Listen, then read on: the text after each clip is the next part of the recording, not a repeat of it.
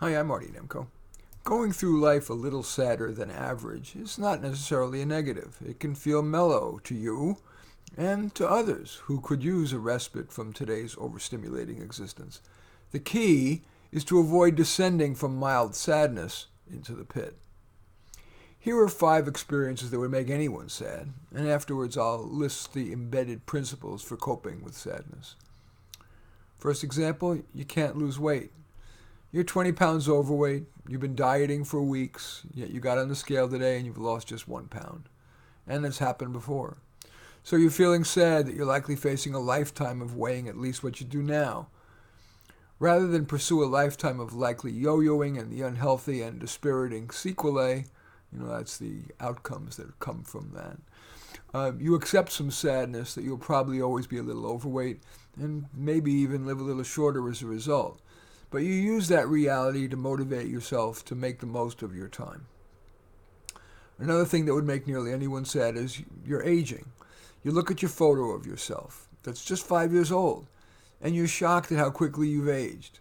You rule out a facelift, but you decide it's worth coloring your hair and wearing clothes that make you look a little younger, but not like a teenager.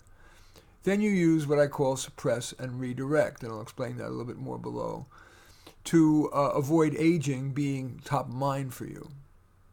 Another thing that would make anyone sad is you got a bad performance review at work. Your boss gave you a poor review.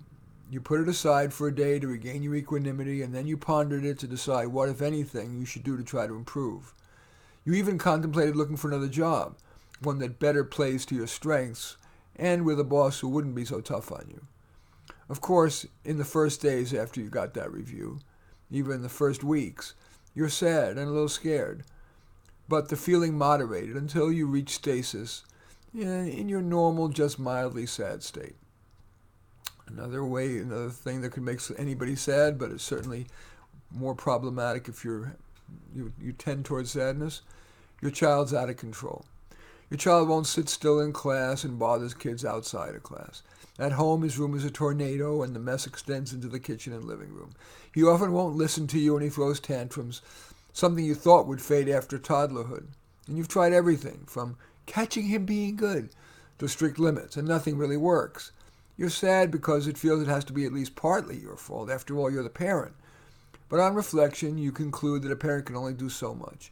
Genes, peers, and school matter a lot. So while you continue to make efforts, their inconsistent success doesn't drive you into despondency. You accept it as one of life's trials, at least usually. Another thing that would make somebody certainly quite sad, anybody, but is more devastating for a person who defaults to sadness, is that you've lost somebody. Your partner left you. Your parent died. Your dog died. It's devastating loss, especially for a person whose baseline is less than chipper. While thoughts and tears come, you try to move forward as soon as you can make yourself. If you lost a spouse, you start dating. If you lost a parent, you enjoy reminiscing and trying to live their legacy. You lost your doggy, rescue another. Okay, the following principles are embedded in those examples. Acceptance is central.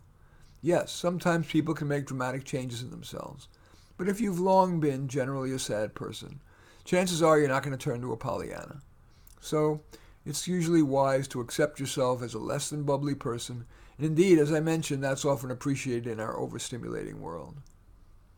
With regard to situational sadness, of course, do what you can to fix the problem, trying to resist the tendency to procrastinate dealing with that problem. And as needed, get help. None of us can do everything by ourselves.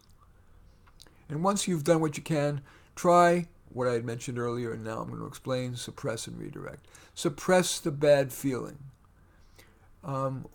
which is made much easier if you then distract yourself by turning to something constructive. Maybe an easy baby step forward on something, whether it's just to empty the sink. It tends to atrophy the memory neurons associated with the saddening thought and replace it with positive baby steps forward. And I really found with my clients and myself that technique of suppress and redirect is usually quite the potent tactic. And finally, I just want to mention the light box. Sadness can be exacerbated by the lack of sunlight, which of course is more common in winter and in northern latitudes. a light box, and I'm not talking about the one that photographers use, but a light box that's used for SAD, seasonal affective disorder, which you place 16 to 24 inches away for 20 to 30 minutes in the morning, can help.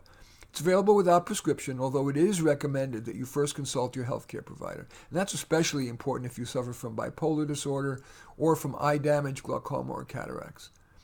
A current top-rated series is put out by a company called Miroco, M-I-R-O-C-O. Between they're like $50 or something like that. Anyway, but finally, self-help sometimes not enough. You might want to see a therapist or a counselor or a coach. And I've written on that. You might Google choosing a counselor, NEMCO, and 2019, and it will pop up.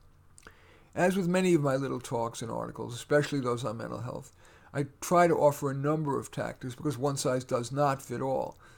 For example, I've written one dealing with worry. So you can Google Psychology Today, dealing with worry, or tips to deal with worry, and the word NEMCO. Or I've written one recently on broadly applicable tips. I think I call them simple self-help tips. Anyway, is there more, at least one of the tips offered in either this article or the ones I just mentioned that you'd like to try? In any event, I do thank you for watching. I'm Marty Nemko. I welcome your thumbs up and accept your thumbs down. I always look forward to any comments you might have, and love it if you hit the share button and share on your social media so that my efforts have a bigger impact. And of course, as well, subscribing to my channel if you so choose. In any event, I do thank you for watching. I am Marty Nemko.